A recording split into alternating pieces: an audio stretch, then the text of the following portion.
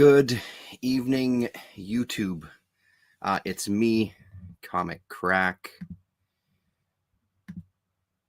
Did I do my settings properly? Yes, I did. How's it going, everybody? It's Sunday. It's an earlier stream. I kind of wanted to do this. I'm sitting there doing not much else, so I figured I'd jump on earlier. A little bit of chaos behind me on the shelves and things. I went away last weekend to teach outside of the city. And as usual, when I go on these trips or whatever, bring a couple of things to read. Came downstairs. I've got a shelf up there that you can't see. All the books that were on it were kind of on an angle. And I realized the shelf was actually coming away from the wall. So I had to take everything off of the shelves. Thankfully, I got to it before chaos ensued. But nothing got trashed. I'm glad that I took a look, because the moment that we're out of the house, that's when it'll happen and stuff will come tumbling down. So crisis averted. Everything is okay. This afternoon, we had a chat over on LahRasa's channel. So if you want to kind of go and check that out, if you're not subscribed to LahRasa, obviously you should do so. As usual, I'll try to remember to put the appropriate links of everything we discussed tonight down in the description. I did want to start usual, for a little bit, things that have been on my mind. I wanted to let's talk about this first, because it all still sort of ties together. Our friend Colin Blanchette, who we all know from Canon, I would encourage you to go and check out his channel, his Loading the Canon channel. As you know, he did the Canon Annual, where he focused on the top 100 list from the Comix Journal. He did a series of videos where he counted down that list, talked a bit about the books himself, and then he did some interviews with some wonderful people for his channel. This is one with Eric Reynolds. He did one with Austin English.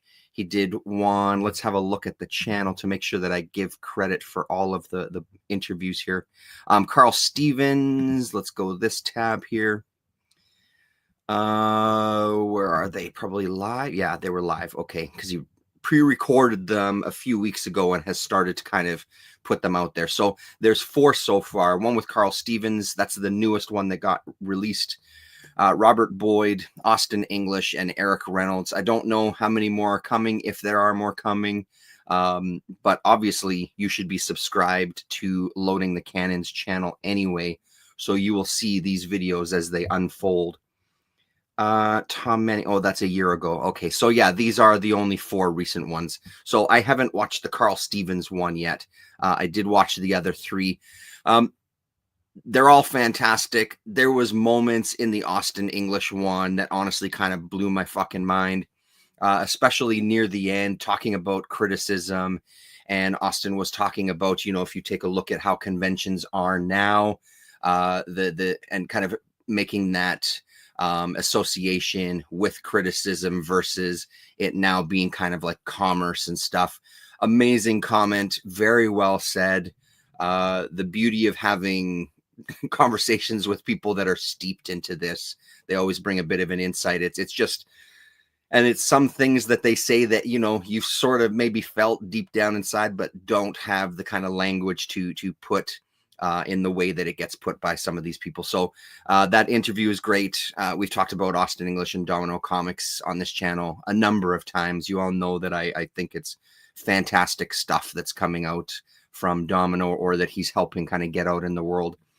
And then the Eric Reynolds conversation was equally mind-blowing. There's some really good insights there as well, too. The big takeaway for me on this one was they were talking about the Comix Journal in general, and about how these kind of things have been lost to time.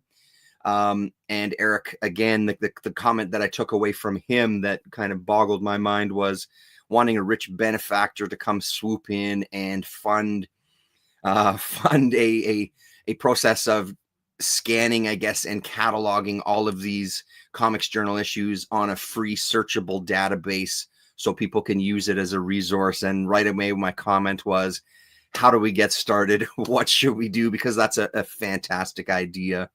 I obviously don't know how any of that kind of stuff works, but it was a really great point to make. And further to that, talking about some of these conversations in history that is lost to time, and that isn't accessible.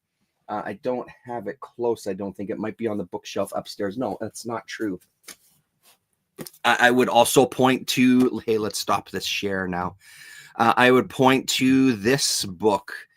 So this is from the Comics Journal Library number 6. This is the writers, and it's a book that I've had for a long goddamn time. I read it many, many years ago. I don't remember where I found it. I imagine at some local comic convention, I think. But even things like this, I would say, are a fantastic way to sort of catalog some of those conversations in something that could potentially be kept in print. One of the conversations both of those, they both had in each of those videos was the idea of there's a lot of stuff that is always in print when it comes to literature.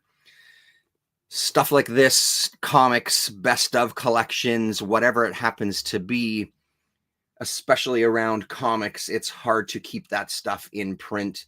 The audience is obviously a lot different in size. It's maybe not as economically feasible for some of these companies, a variety of reasons. But the idea, one of the ideas that came up from both is this kind of I don't know, a little Nancy reader, you know, like kind of a curated best of collection that could always be in print. So I would say something like this too, you know, like collections of interviews where I don't know when it comes to rights how all of this stuff works. So maybe that's a barricade that I'm unaware of, but stuff like this always being in print that could kind of have a home. It's a fantastic book, and it just kind of focuses on who. So Chris Claremont, Jerry Conway, Steve Englehart, Steve Gerber, Archie Goodwin, Alan Moore, Denny O'Neil, Len Wein, Marv Wolfman, Harlan Ellison. And it's such a great idea, and maybe there should be more of this as well as a rich benefactor out there who wants to swoop down into the comics world and say, hey, I have a lot of disposable income and I want to fund this Comics Journal project. I'm not going to get that on the shelf, so I'm not going to try. I'll do it afterwards. Highly recommended, both of those. It sparked some ideas with me too, because there were some other things I've been watching recently. This kind of, often it's a, let me close some tabs here. Often it's a balance of appreciating the past, trying not to get stuck in it, looking forward, which is something else I appreciate about Austin English. Continually looking forward, yes, recognizing the past for sure, and classic cartoons and classic cartoonists, but also looking into the future. Who's doing stuff now? How is the medium changing? How are people challenging it, if they are? I try my best to keep up with some of that, and I feel like I've done that with this channel as well. It isn't always easy. I don't know. That's due to a number of reasons, I suppose. But the importance of kind of looking forward, and then it's kind of sparked in some sort of abstract way. All of this is kind of coalesced in my mind with some kind of books that I've been picking up lately that I do want to briefly talk about. It might seem like a bit of a stretch. I haven't thought all this out very clearly in my own head. I think I'm still sort of parsing things. When it comes to criticism and journalism, this idea of the Comics Journal criticizing for the end goal of pushing the medium to a different place, and kind of holding it accountable, holding creators accountable, holding fans accountable, having some honest discussion and actually putting thought into things. I think the progress of art in general helps us all as a society to see things differently. There was a period of time not too long ago, I was watching these Adam Curtis documentaries which you can find on YouTube. For example, Adam Curtis's Hypernormalization, you can see here, is available on YouTube. There's a Trauma Zone. I think that The Trap is up here as well too. I haven't seen all of his documentaries. There's obviously a ton of conversations with Adam Curtis as well that are worth your time. One of the topics that he discusses in some of his documentaries is our inability to imagine a better future. He talks about it in terms of politics, whatever ism you want to attach yourself to, Marxism, capitalism, this idea that there's this revolutionary thinking, there's protest movements that only make it so far. They make it to a certain point where, okay, we've got everybody's attention. Now what do I do? Because there's this lack of vision of how to push things forward, which has led me to Novara Media. And there was a conversation, a guy named Gary Stevenson. I guess they were on some sort of debate. Gary Stevenson is a name I'm just very, very vaguely familiar with. Novara Media, if you don't know Novara Media, they're well worth your time as well when we're talking about online. And let's see this one here, this tab. When we talk about independent media, Novara Media is one of those for me. So I just wanted to play you this little brief segment of Gary Stevenson. When I brought my book out last year, the hardback, I was at some event and I come out, I was drinking London Bridge. And I come out late. It was like 1 a.m. And some guy come up to me when I was unlocking my bike. He said, oh, I've been watching you on YouTube. This guy started crying. This guy started crying on the street, right, in front of me. He's like, I work so hard, Gary. I work 2 jobs. My mum's sick and I'm trying to help. I'm trying to support and I don't understand why. And I'm sorry that I'm crying, but nobody ever told me that it wasn't my fault before. That's what he said to me, okay? And listen. I believe 100% aspiration, ambition, entrepreneurial spirit. I would never see a kid that has that and say, turn it off, okay? But the flip side of if you just work hard enough, you can make it, is if you didn't make it, it's because you didn't work hard enough and it's your fault. And I would like you to sit and think very hard before you send that message to young men and young women in our society. And I mean, that shit is powerful, right? So when I think of my challenges and kind of criticisms, I personally believe that capitalism is going to be the end of all of us. I think we do need to find a better system. Do I have those answers? I've said it many times when we've talked about these things on the channel. I do not have many of the answers. I just know that this type of mentality and this type of world that we've created for ourselves is causing a lot of harm. I just found that clip, that whole video is really worth your time. But that clip I found really interesting because it is this hustle culture. Everybody should be an entrepreneur. Everybody should be looking to start their own businesses, like he said. And if you're unable to do so, it gets internalized. So again, to me, all of that sort of tied in with dissatisfaction of where we currently are, feeling powerless to do anything about it. Those who do feel empowered to do something about it only make it a certain distance before they're met with the hard choice of, okay, so what do we do about it? Then there's this lack of vision. And again, I'm sure that there is people out there that do have some visions. I'm obviously not painting broad strokes, but I do feel like some of that is true, that if you look at different decades, there's maybe more artistic movements that help kind of push us forward as a society. What part does that have with criticism? I mean, criticism helps kind of separate the wheat from the chaff, calls bullshit when bullshit needs to be called, praises when praise needs to happen, brings a bigger voice to various people, a bigger platform to various voices is what I mean to say. So all of that led into watching a completely separate YouTube channel about some music. There was a couple of videos. He was talking about Justin K. Broderick and the band Godflesh, kind of did a little dig into his videos. And he had a video talking about a guy, Mark Fisher, that was a name that I had never heard before. So for our last screen share here, this one came up for me today, actually. Epoch Philosophy, I think is the channel. Yes, Epoch Philosophy. A brief kind of overview, a little bit about Mark Fisher himself, talking about hauntology, being haunted from things at the past, and what that kind of looking at the past does for people in the present. The idea that part of the reason of clinging to the past is what was promised with some of these artistic movements, whether it's music, whether it's film, whatever the medium happens to be. This idea that there was a different future that was promised and it hasn't happened. So you kind of get stuck in the past. Mark Fisher also talks about bands that are popular. Even he specifically talks about music, from what I understand from his second book.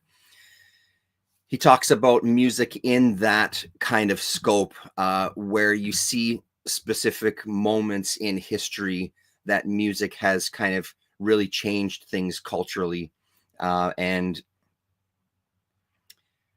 from his perspective, Mark committed suicide I don't know how long ago now. He was 48, I think. Forgive me for not having this off the top of my head. He's brand spanking new to me. So he died in 2017 is when he took his own life.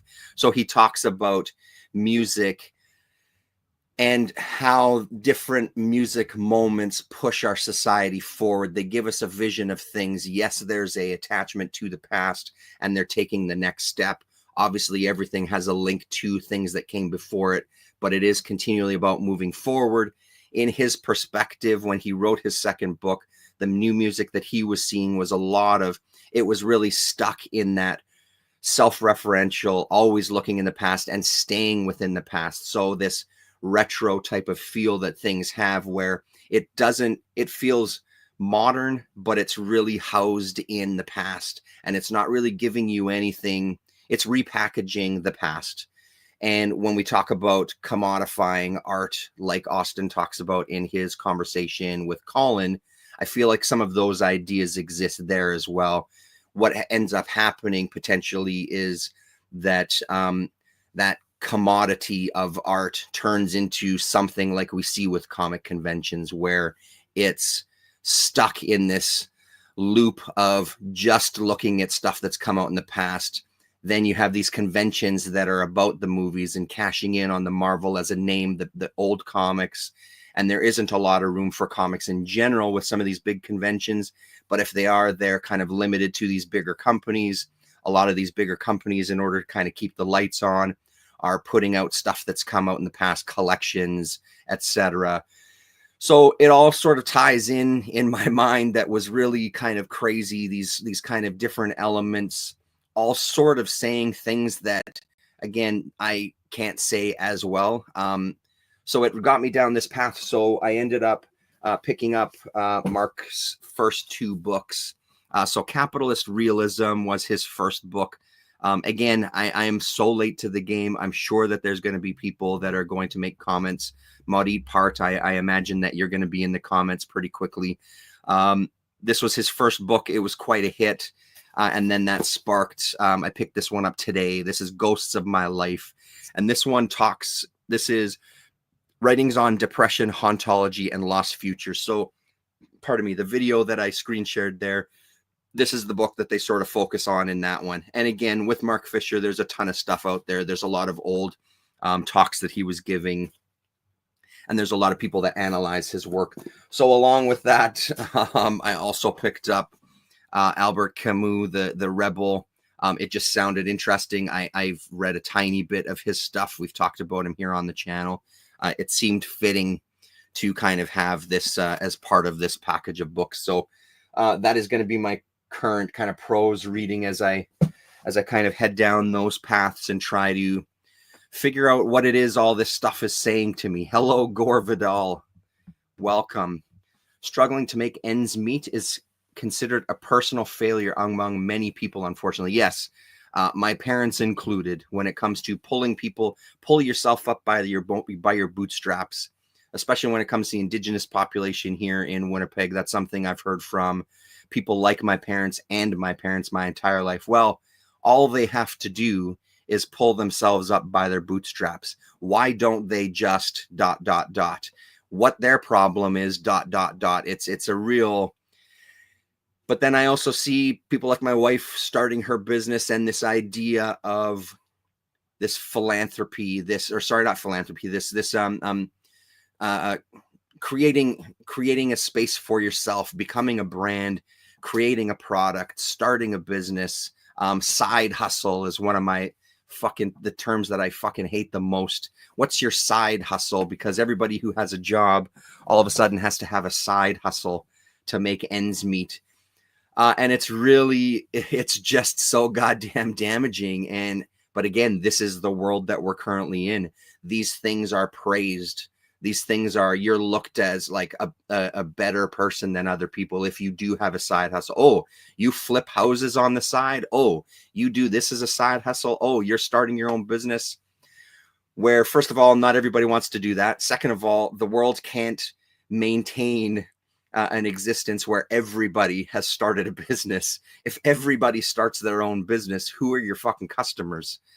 Because everybody's money is being put into starting their business. So a lot of that kind of stuff. Yeah, anyway, food for thought. Let's talk about comic books after that. Yeah, and I think ultimately the final thought on it is that art is important. Art does need to push. Books need to push, comics need to push, music needs to push, movies need to push. If you're not in a zone where you're Solvay, if you're not, damn it, Gore, you make a joke and I lost my thought there. If you're not in a place where you're a little bit uncomfortable with art, you're probably not pushing yourself enough. You should be engaging with things sometimes, not all the time. You should be engaging with things that put you in a little bit of an uncomfortable place. You should be engaging with the world with as much of a sense of curiosity as possible. It does get harder as you get older. For sure it does. It's hard to keep up with things, but I do think it's important to try to put yourself in that place. For the betterment of everybody. We do need to be coming together in a different kind of way, as I've preached here many times. Stop being divided. Stop using divisive language. Try to come together on some things. We need to work together on things. We need to collectively try to envision something better. And maybe not just a rehash of some past ism. Maybe we need a new ism. Again, there's people that are way smarter than I that are having these kind of conversations. I'm sure I just haven't discovered them yet. Anyway, enough of that. Dan Elson, welcome to the live Sunday show. Well said. Fully agree. Thank you very much, Dan. Good to see you, man. So what did I read this week?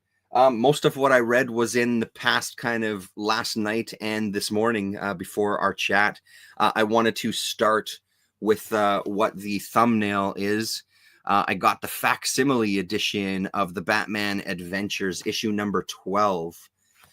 I had this in the collection. I got it graded and I sold it. The one Christmas during the COVID years, sold a couple of two slab books, I think, one Christmas. This was one of them. Of course I wanted this back. Rasa was telling me that this has had a facsimile edition a couple of times, I think, at least once before this. But I got my hands on this one from this year. And let me tell you, like I said to Rasa, it was such a good read. I loved sitting and reading this. It makes me, as usual, want to engage with the Batman Adventures again. Now I've got the entire series now that I've kind of filled this gap.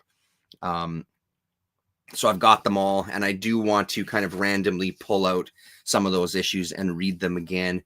This was a nice surprise. So she's going to a dress-up costume party, and as you saw in the thumbnail, we get some Love and Rockets action there. Who are you supposed to be? Just for the one panel. It's gorgeous art. The movement in the art, the animation that's happening on the page, the kind of way the figures are kind of posed on the page, the fluid movement. There was one in particular right around here. Yeah, like stuff like this is great. Stuff like that is great. You can feel that action. Of course, all the women are drawn gorgeously in this, as you would expect. Phenomenal issue. Such a great read. Goes down as one of my all-time favorites for sure. The animated series I've talked about before. We've talked about the Batman Adventures. We've talked about the Audio Adventures series that was coming out as well. This is stuff that really works for me. This really just brings me so much joy sitting and flipping through this stuff. It's a very light read, but it is so goddamn fun. I'm really glad I managed to grab myself a copy of this. And like I said, I fully intend to kind of go back into this drawer right here is where they are. Go back in and start pulling stuff out again. I mean, look at this. That's fantastic, dude. Yeah, so really, really good stuff. I'm sure you all know this. I won't take up too much more time talking about that. The funny thing about that is I first heard the word term from a 10-year-old girl who asked me if I had one. Her parents were amused. A side girl. Is that what you're talking about, Gore? Yes. So that was one of the books that I read. Put that away before it gets filed away. Let's see. Let's go to these ones. Maybe a couple that I don't have a ton to say about. Let's tackle those because they should be quick talks to give us a chance to talk a little more detail about some of the other books. So I am watching the Daredevil TV show, the Born Again show.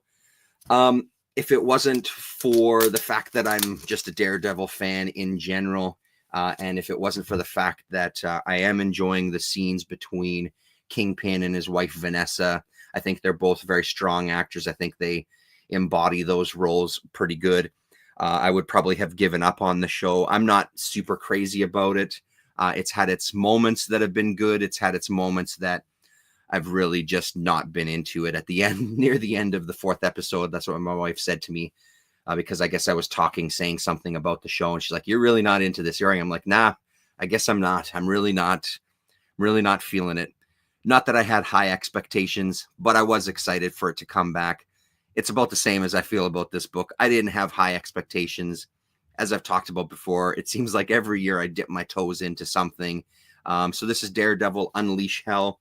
One of the characters that is in the Daredevil TV show is someone that I didn't know. Muse is the character's name. Lo and behold, guess who the villain is in this new Daredevil series? Muse. Of course it is. Why wouldn't it be?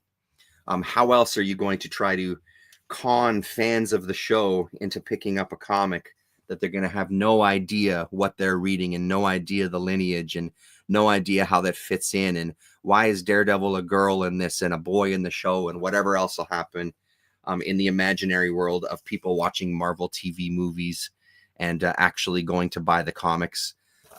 So yeah, I mean, it's interesting enough, I guess, but there's really nothing going on here that's really worth anybody's time, if I'm being honest. Because I'm a sucker, I'm probably going to pick up another issue or two just out of morbid curiosity.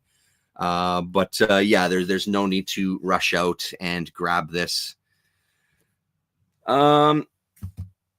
I've just watched the first episode. It was good, but like you, it didn't impress me as the first. It didn't impress me as the first series. Yes, and I mean, especially in that first episode of this new series, Gore. One of the things that I think all of us can agree on with that TV show, the old series, is the fight scenes were top notch. They were top notch. In this first episode, especially, there was so much CG in that first fight scene with Bullseye coming up the stairs in that apartment block there. It was fucking grueling, and it felt like AI. It felt so unnatural. It's like, how do you not even understand the core concept of one of the main things that were bringing people to the show was the choreographed fight scenes? Yes, they weren't all one long take. There was some edits hidden in there, but how do you not even understand that basic concept? I can only imagine, because it's now a Disney thing, maybe they didn't have access to the people that worked on the original. I don't really know. I'm sure there was some detail. I'm sure that there was something there that didn't cause them to transition over to the Disney version of Daredevil, but holy fuck, was it horrible. And Rasa and I were talking today too, that even after the 4 episodes, episode 3 was probably the biggest snooze fest out of all 4 of them, with just how slow it was for an ending of the episode that, let's be honest, we all knew was coming within the first 5 minutes of that episode. For us to have to sit through the whole episode where nothing's really advancing the story just to get to that moment that we know is coming 45 minutes earlier, it was kind of, it really took me out of it as well. I also feel like if you're not, he's not getting pummeled enough with bad moments after 4 episodes. We should already be seeing him really beaten down. Yes, he's had some kind of moments with people and some words have been said, but I don't get the sense that he's really like, he's being knocked down and knocked down and knocked down. Maybe that's coming with the next couple of episodes. I'd be surprised. Aren't these things usually about 8 episodes? Will this be it'll build up to be the end of this first season, and then the second season will continue more? I don't know the answers to that.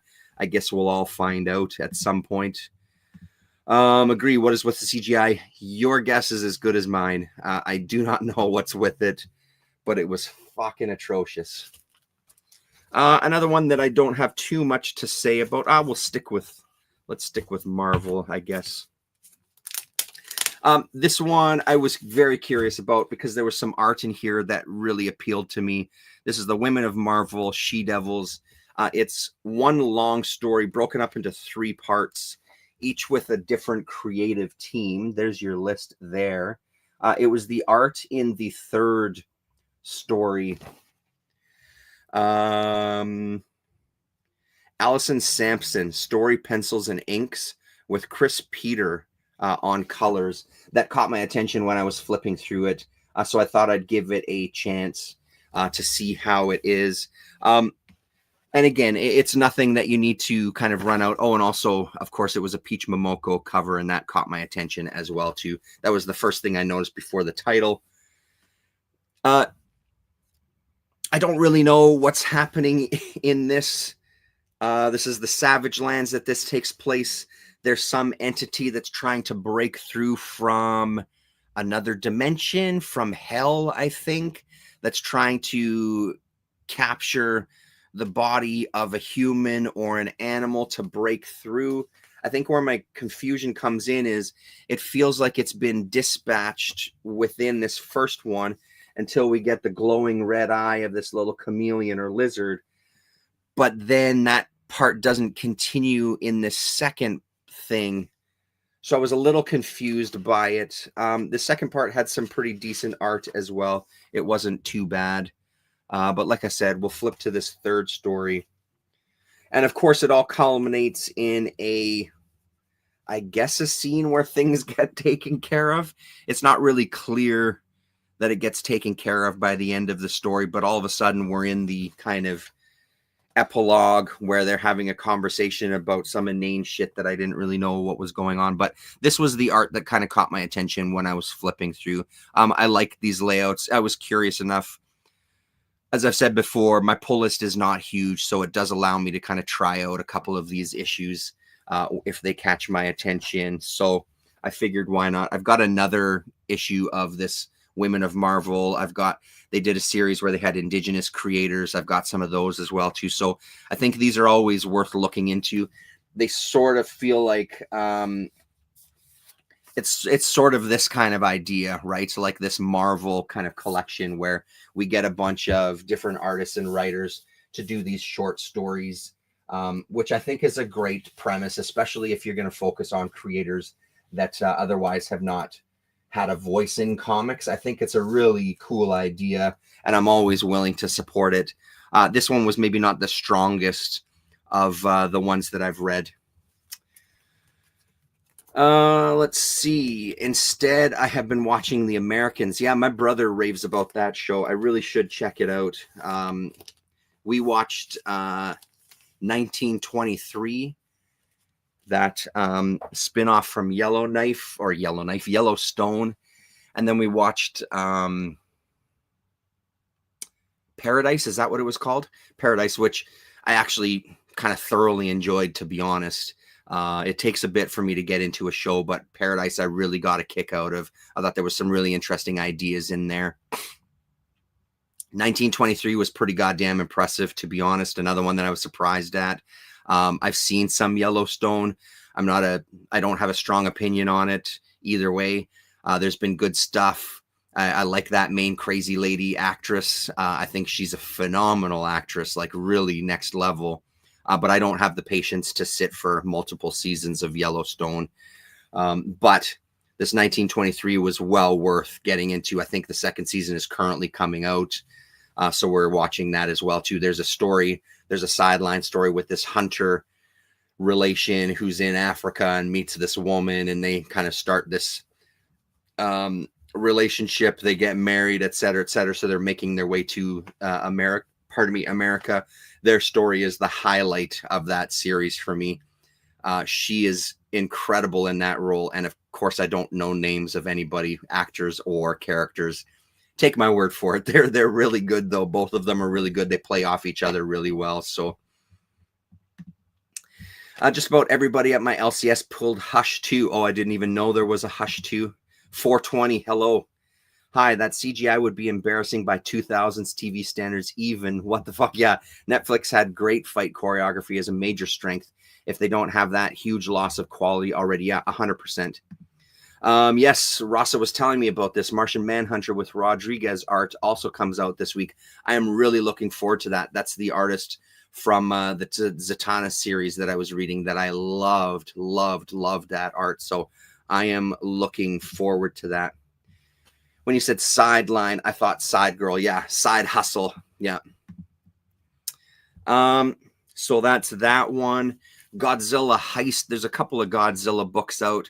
I saw an ad for this in another IDW book, and I loved this cover. I thought it looked really great. The art on the inside is not the same as the cover, but I still think the art on the interiors is pretty goddamn decent. Seems like a semi-interesting idea. This guy is a thief, and he's found out a way to kind of call Godzilla to where he needs him.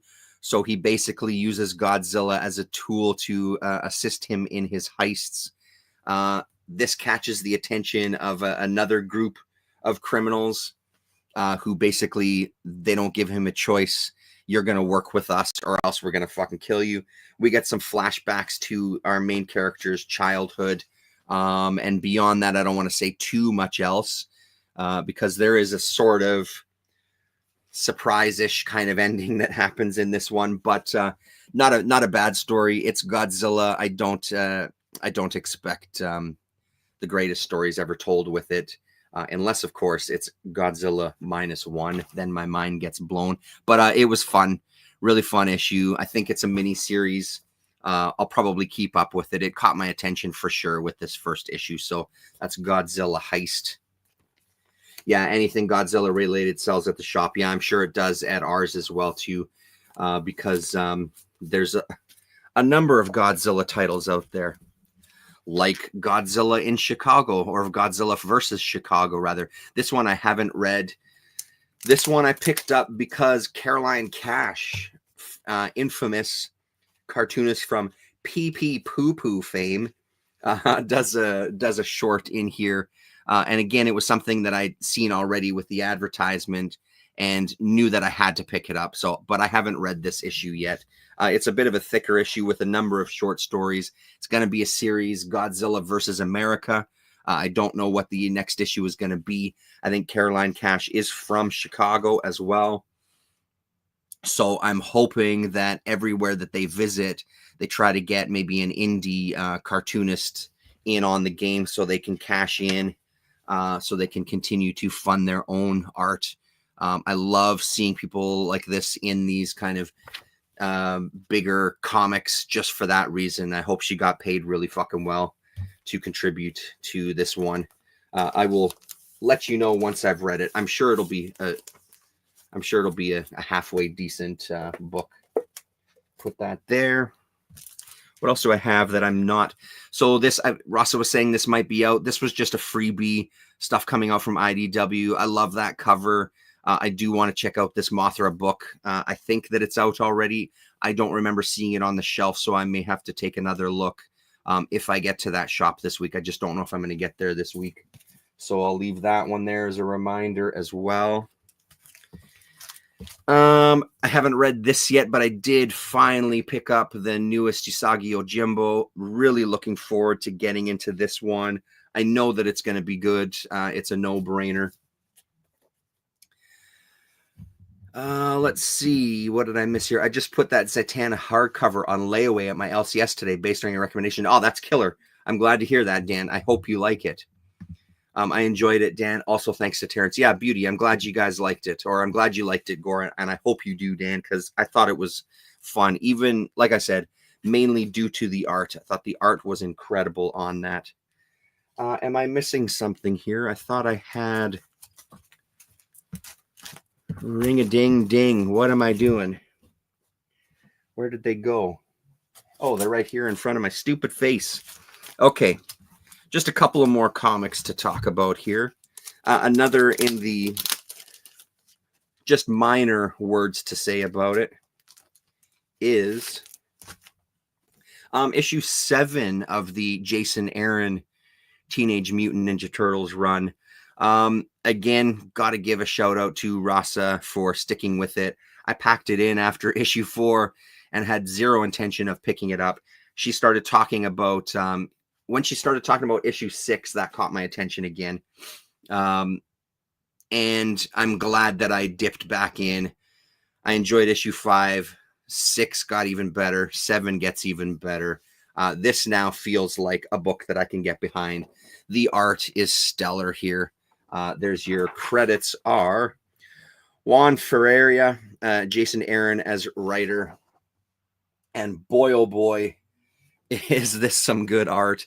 It's a really nice mix of modern, but still feels like it's having a little nod to kind of the Vertigo era. I do like this style quite a bit. The story is engaging. We're really getting into the kind of personalities of each of the characters. Obviously, we're getting a little bit more of their dynamics. But it's really the art that I'm here for, because we get moments like this. I love this page. I love these kind of 3 panels here. It just really feels like Mirage era Ninja Turtles with stuff like this, even though it's kind of a little more modern art and in color and stuff. Yeah, this is just a really fun book. I'm digging this one. So thank you very much to LahRasa for continuing to talk about it to kind of get my attention. I won't show the last couple pages because there is maybe a little bit of a spoiler in there that I'll leave to you. So good stuff. I think I need my old man nose hair trimmer. I got a tickle. What's going on here? So excuse me for... What do we have? We have so 2 more things to talk about. Yeah, April is back, and that is a good thing for sure. Death of Copra issue number 1 was something I grabbed off the shelf when I went back to the shop the other week, 2 weeks ago. 2 and 3 were already out, so I picked them up. Man, oh man. I may not know what the hell is going on, or to be honest, even care that much about what's going on, but holy shit, is this some incredible art. And because I've got a lot of blind spots when it comes to superhero comics, I'm sure there's more than this kind of homage going on in this book and in Copra in general that I'm just missing out on. Because as I was talking about this afternoon, like that's from that Orion comic, isn't it? Like similar kind of machine, similar pose. So I'm sure that Michel Fiffe has been putting a lot of kind of nods to mainstream superhero books. Boy, oh boy, do I love this art. It's every single goddamn page really just amazes me. I pulled out I only have a few of I've got maybe, I don't know, 8 of the older issues of the first run, some that came from Damien, some that I grabbed myself. I'm probably going to dig into those again. But when I was even looking through those first ones compared to this, you can see kind of the development. Like the overall style is very much the same. I would say that some of the changes that I noticed just on a brief glimpse was some of the page layouts seem to be different. I love moments like this, man. Like, so great as they're escaping. We get the security guard. We get the faint look at the motion of realization that's happening there. I think is a beautiful touch. So goddamn good. And then on the back cover, we get these kind of much more illustrative, abstract, expressionist kind of capturing of characters and figures and stuff. But boy, oh boy, if you're not reading this book, honestly, I can say, oh, and then there's also, we get our sort of Shade the Changing Man stand-in as well here too, with his sort of madness vest going on. Even if you've never read any of the books, this is going to be a 4-issue series that from what he says in the back, is going to be the end of Copra. I don't know what his plans are after this. I don't know if there's any offshoots from this universe he has planned, or if he's going to do something completely different. But I would say, even if you've never read the rest of the series, do yourself a favor and pick this up because it is well worth it. The cover stock is like a backing board. It's so goddamn thick. There is a collection available of all the Copra stuff in one handy dandy volume. And then as an extra bonus, we get a little bit of a look into, I think it's his Patreon. Copra Press. Yeah, so the definitive DIY guide to making comics is here. Michel Fiffe's Creating Copra. 64-page guide is a step-by-step tour of Studio Copra, a personal in-depth account that covers everything from filling up a blank page to maintaining a small business, writing, penciling, inking, lettering, coloring, packaging, distribution, selling, cultivating relationships, building a catalog, putting artistic muscles to the test. So he started off Copra, from what I understand, as kind of like a subscription service where you subscribe to him. You got on his list when a new issue was ready. He would mail it out to you. I don't remember if it was, I'm assuming that it was a subscription service up front. I don't think that you paid him once the issue was done. I think it was funding him basically, or helping fund him basically to create the books. And then he got this deal with Image eventually, and they started releasing stuff. It came back to him for a bit, and then it went back to Image.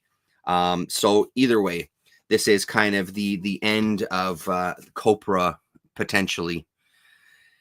And it's beautiful to look at. Really, it's just a stunner, every single page. I mean, how can you go wrong with a cover image like that? Look at that fucking cover, man. It's really amazing stuff. And these 2-page spreads in the middle of the issue, forget about it. Forget about it. Really, really great. So yes, like I said, just pick it up. God damn it. I love Fiffe's art and have the first 3 trades, but I have unsuccessfully gotten through the first one twice now. I just got to sit down and commit. Honestly, I had the first softcover collection trade as well too. I struggled. I didn't find the story anything that I was interested in engaging with. I couldn't follow it, nor was I interested in it. I did power through it. I would say that the most gratifying thing is the art. I don't know, honestly, I don't know if I have the interest to sit with that whole collection and try to work out and follow it and read it through. It just doesn't scream at me as something that I'm really into story-wise, but art-wise, it's exactly what I'm into. So I feel you on that one, Dan. I think we're on the same page as far as that goes. And then, yeah, so here's 16, 13. Issue number 13 is the earliest one that I have. So there's 3 in there. 4, 5, 6. Looks like I have 7 issues. So number 13 is the earliest, and then number 30 is the latest one that I have just set aside here. But so these are out, so I can start kind of even just flipping through them, even if I don't end up reading the issues. I want to kind of have a look through all of these again. And last but certainly not least, it's a book called Nosebleed from Reptile House. Coincidentally, just last night, I read the first of 3 issues Fife did of Bloodshot, a revisit to the early 90s Liefeld book. He obviously loved that book, and the art was awesome. That's killer. That's really great. I'll have to keep... Is that something that has come out already, or is it something that's just starting to come out now? Bloodshot. I'll have to have a look for that one. Reptile House, talked about them here many times over the years. Great anthology. A lot of... Oh, Bloodstrike. Okay, yes, Bloodstrike, not Bloodshot. Because Bloodshot was Valiant or something, wasn't it? Or maybe it wasn't. What the fuck do I know? Bloodshot. Maybe that was a DC thing. Who knows who they are? Not Bloodshot. Oh, those early 90s blood names. Yeah. Rub the Blood. Nosebleed. Reptile House. They have an anthology that is well worth it. They've also put out some other comics by creators that we've talked about here as well too. This one I got from Fantasy Club Books. There is an issue 2. Austin at Fantasy Club was reading issue 2, so it wasn't in the shop. So I do got to go and visit him again so I can pick up issue 2. I loved this issue. The art is beautiful.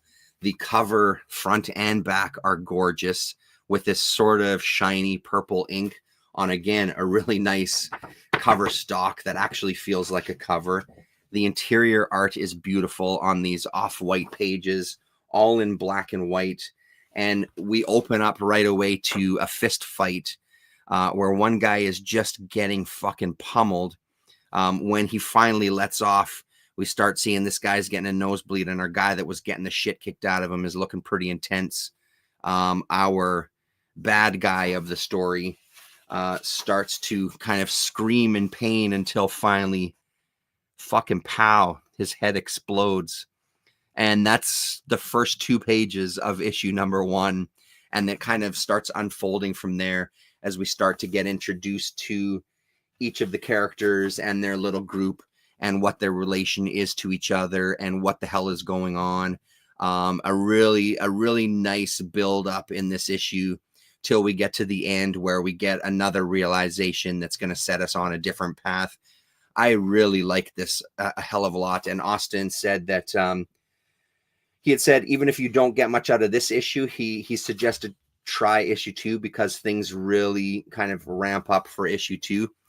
If that's the case, I am more than sold because I'm very much sold on this first issue. So the creator is Derek Jones. So there's all the information for Derek Jones, DerekJonesArt.com, Instagram, his Twitter handle, and his Patreon. And then, of course, Reptile House. I'm sure you can find it on the Reptile House web page. I think it's just reptilehouse.com. Let's punch this in right now. reptilehousecomics.com. Let's have a look at this page together while I'm opening it up. Present, share screen, Reptile House Comics.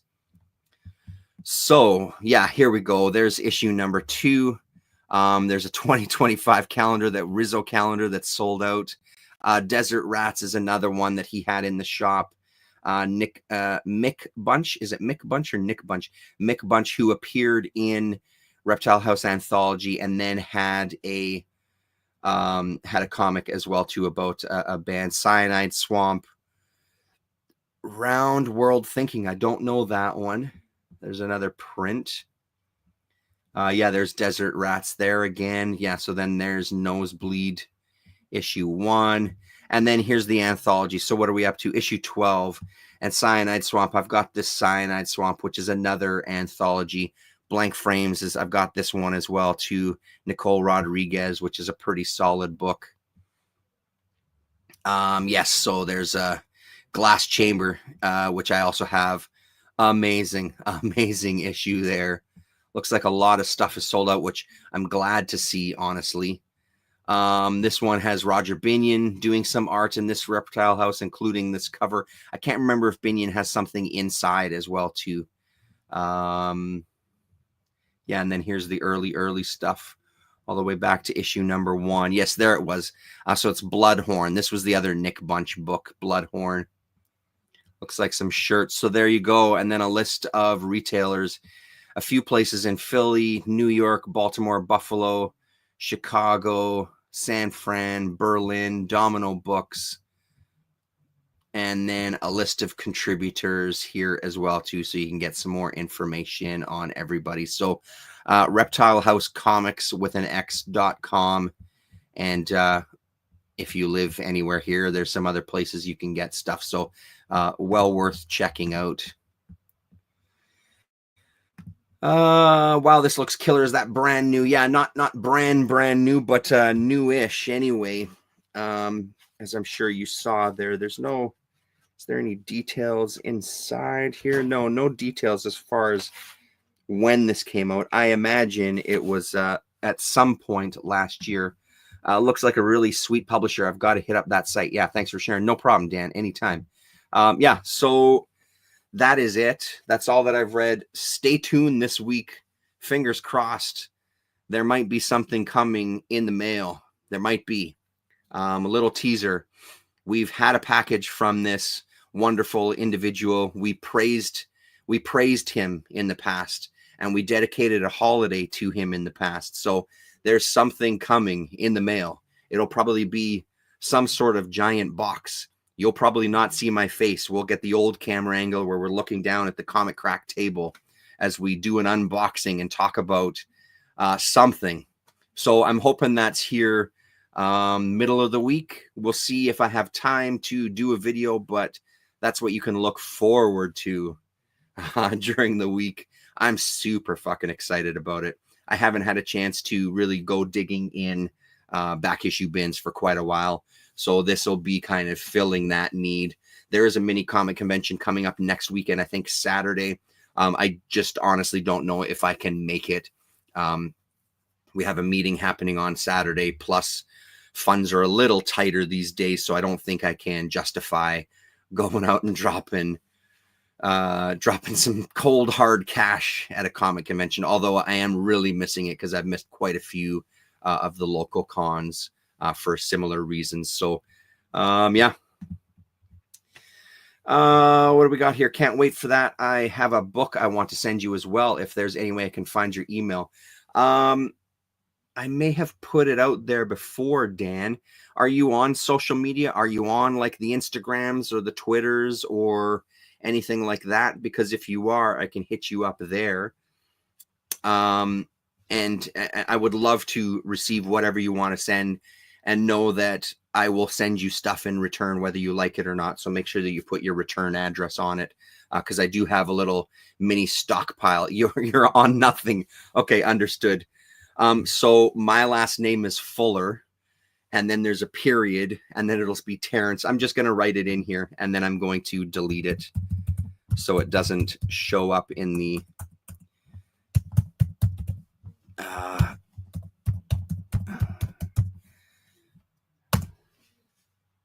hit me up there, Dan Elson.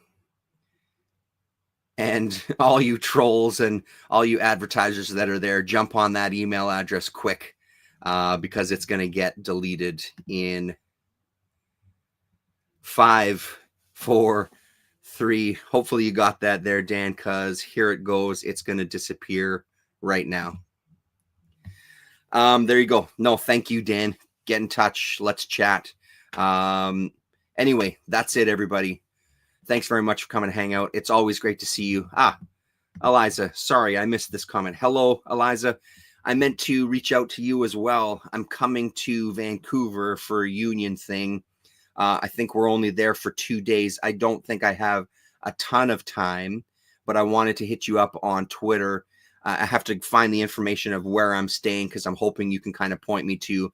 I may have a couple of hours the day that we get in, and I would love to try to hit up a comic shop in the area. So I'm going to kind of pick your brain and see what's kind of close so I can make really good use of that time. Even if I can just head to one shop, I would love for you to kind of fill me in on what the shop that I should check out based on my location, because I won't be able to travel too far because I don't think I'm going to have a ton of time. So I will shoot you a message on Twitter, Eliza. Anyway, that's it. Let's leave with this, shall we? Love your videos and want to thank you for all the entertainment. I appreciate that, Dan. That means a lot. I do appreciate everybody that watches the channel. Those 10 of you that kind of routinely check in and kind of watch and comment. I really do appreciate it. I love doing this. I love talking about this stuff. And I love that there's a few of you that have nothing else going on that you sit around and listen to my ramblings from the basement. So thanks very much, Dan. Later, everybody. We'll talk to you. Okay. Bye.